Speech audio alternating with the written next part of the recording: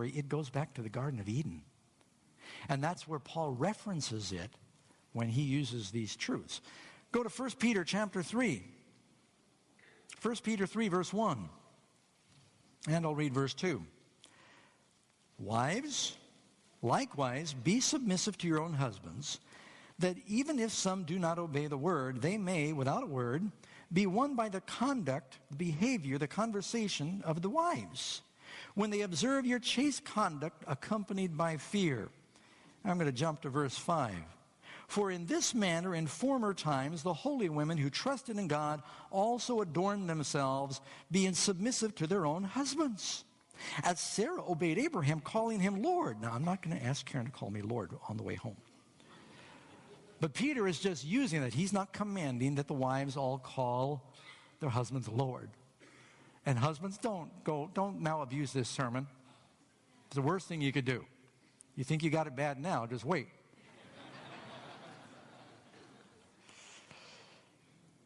But Peter's using this as an example of how she respected her husband. Whose daughters you are. You are the daughters of Sarah, who called her husband Lord. If you do what is good and you're not afraid with any terror. Then he goes on, and notice this, I didn't want to stop early. Husbands likewise dwell with them with understanding. Now that's a miracle right there when we can understand them. But it says, dwell with them with understanding, giving honor to the wife as the weaker vessel. It's a lot easier to submit when you are honored. You know, the Bible says that we're to honor the Lord. The Bible says honor your father and mother. And the Bible says husbands, honor your wives. And so husbands are to protect their families and honor and cherish their wives as the weaker vessel and being heirs together of the grace of life. Where are we one? Men and women, slave and free, Greek and Jew. We are heirs together of salvation. So you notice that Peter helps explain what Paul meant because he says, oh yeah, that oneness that Paul is talking about, that means we're heirs together. But Peter says it right after he says, wives should be submissive to their husbands. You with me? Is this still making sense so far? All right, what about in the church now? We're going to transition. 1 Timothy chapter 2, verse 11.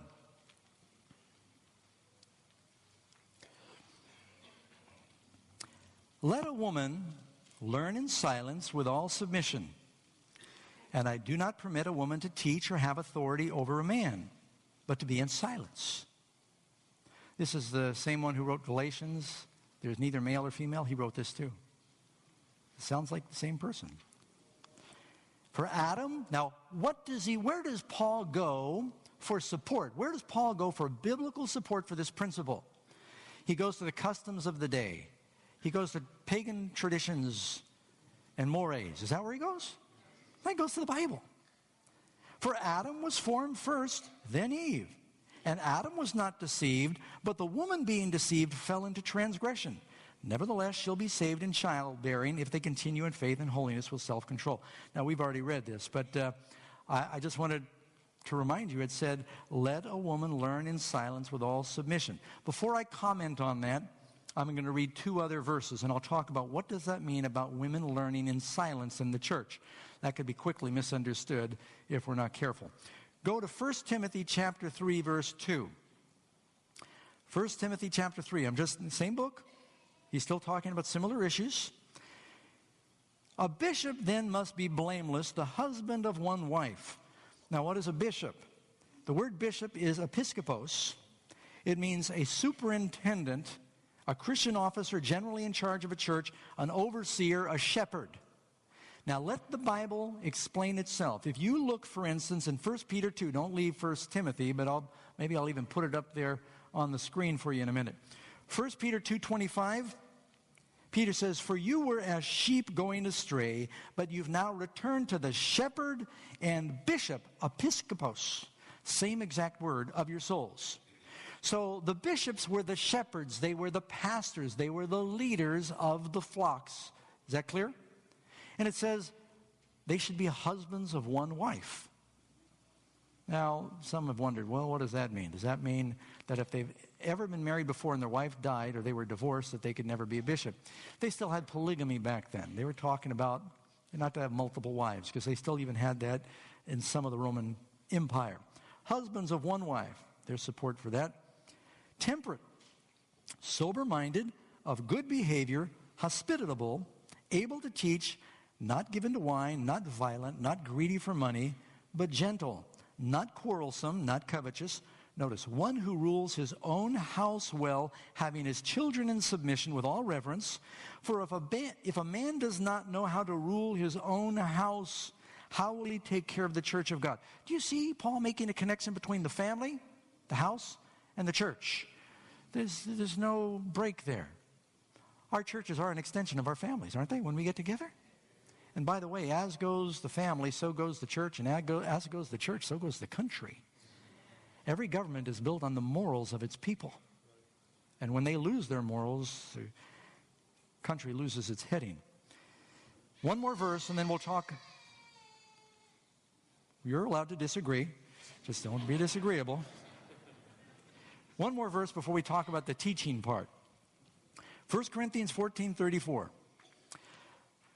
Paul again speaking here. Let the women keep silent in the churches, for they are not permitted to speak, but they are to be submissive, as also says the law. Now, the 5 books of Moses were called the law, so Paul is referring back again to Genesis. But what does he mean now? Does he mean let them not speak in the churches? Does he mean they can't lean over and ask a question? Does it mean they can't teach even women in a church? Does it mean they can't teach children? What does this mean? I'm going to read from Adam Clark's commentary. Adam Clark was sort of the Apostle Peter of the Wesleyan movement. He's a brilliant commentator. He said, it's evident from the context the apostle refers here to asking questions and what we call dictating in the assemblies. All the apostle opposes here is their questioning, their fault-finding, their disputing, together with the attempts to usurp authority over the man. Now keep in mind, right across from Corinth was a city called Delphi. Have you ever heard of the Oracle of Delphi? The principal religious leader in the Oracle of Delphi was a priestess that would be dictating. Supposedly God spoke to her and she was dictating to the people. She used these unintelligible utterances, and then either another priestess or a priest would then translate these. And I'm not going to go down the road of how that's connected with some of the modern uses of tongues today. But you have to contextualize, what is Paul saying here about suffer them not to teach? He's saying all these converts in Corinth came from the Roman Empire. They were influenced by the Greek and the Roman religion. They were bringing those ideas into the church, and the women were taking the authority to teach the other men in the capacity of pastor. And so in that context, Paul is saying, tell them to be quiet. They're not supposed to be teaching, meaning in the capacity of a pastor. How do you know that? Do we have examples in the Bible of God speaking through women and teaching through women? Do we have prophetess in the Bible? I can name them all. You got Huldah, you got Deborah, you got Anna in the New Testament, you got the 4 daughters of Philip in the New Testament, which did prophesy. Matter of fact, in 1 Corinthians 14, same book, Paul talks about when the women prophesy, they were to cover their heads. I'm not even going to go into the head covering part now, because that's another whole bucket of worms. But I just want to illustrate that he talks about them prophesying in public and in church and praying. So obviously they were doing that, and he's not condemning them in that capacity.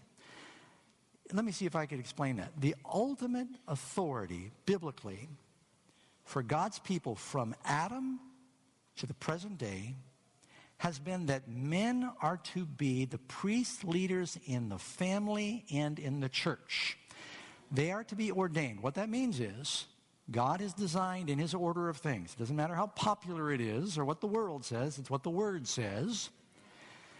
That men should have the authority to be the spiritual guides, the leaders in family. And a lot of families fall apart because the women lead out spiritually, and bless their hearts for doing it. And I'm glad they do it in that vacuum. You can say, what about Pastor Doug? I know a lady pastor. By the way, I've got several friends that are lady pastors. They're going to probably get a copy of this, and I love them, known them for years, good friends, respect them. But I got a problem with what the Bible says and what the church is doing. And that's my final allegiance, is to the Word of God.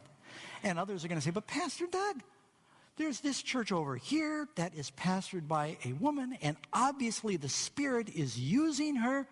And how can you say that is not of God? I wouldn't say that God isn't blessing. If heaven forbid anything happened to Karen, and I had to raise my voice the rest of the way, I'd have to do a lot of things that Karen is doing. But I'll tell you one thing I would never do. I would never tell my boys to call me Mom. And the Lord might bless 1,000 different ways. Doesn't God send his blessing even in times of... When David had too many wives, did God still bless King David? So someone might say, that proves it's okay to have 100 wives, because God blessed the kingdom under Solomon. You can have 300 wives and 700 concubines, because obviously God blessed the kingdom during Solomon, so it must be okay. God blesses because he's good. And so sometimes God winks at our ignorance and he blesses. And so I'm not questioning that. And he also knows that people are so hungry that God will use a variety of means to feed people. But it still may not be his ideal will according to Scripture. You see what I'm saying? And so I'm not going to argue with all of the anecdotal experience that you've had or the evidence that you might see about women who are effective teachers or preachers. We're really talking about, what does the Bible say? Let's go on here. Popular arguments. What do people say? Paul was anti-woman. Obviously, you never hear about Mrs. Paul, do you? He didn't even get married. He was just a woman hater. That's what some people say when they come to these verses. You can't pay attention to Paul when he talks about women and the role of women, because what did he possibly know? He wasn't even married. I mean, Paul said, you're better off being like me, being unmarried. You know, Paul says that somewhere. And they take that out of context. And so some people say, well, it's just Paul was a woman hater. So it doesn't mean what it says. Of course, he wrote half the New Testament, so you're going to really have a very thin New Testament if you take that approach. Some of the other arguments that people have are, well, these statements were added later by chauvinistic editors. Oh, they're going to go down the road of saying, I'm going to pick and choose what part of the Bibles I think that some conspiracy got a hold of, and they inserted their favorite thoughts. Well, your Bible's going to be obliterated if you do that. You're not going to know what's true anymore.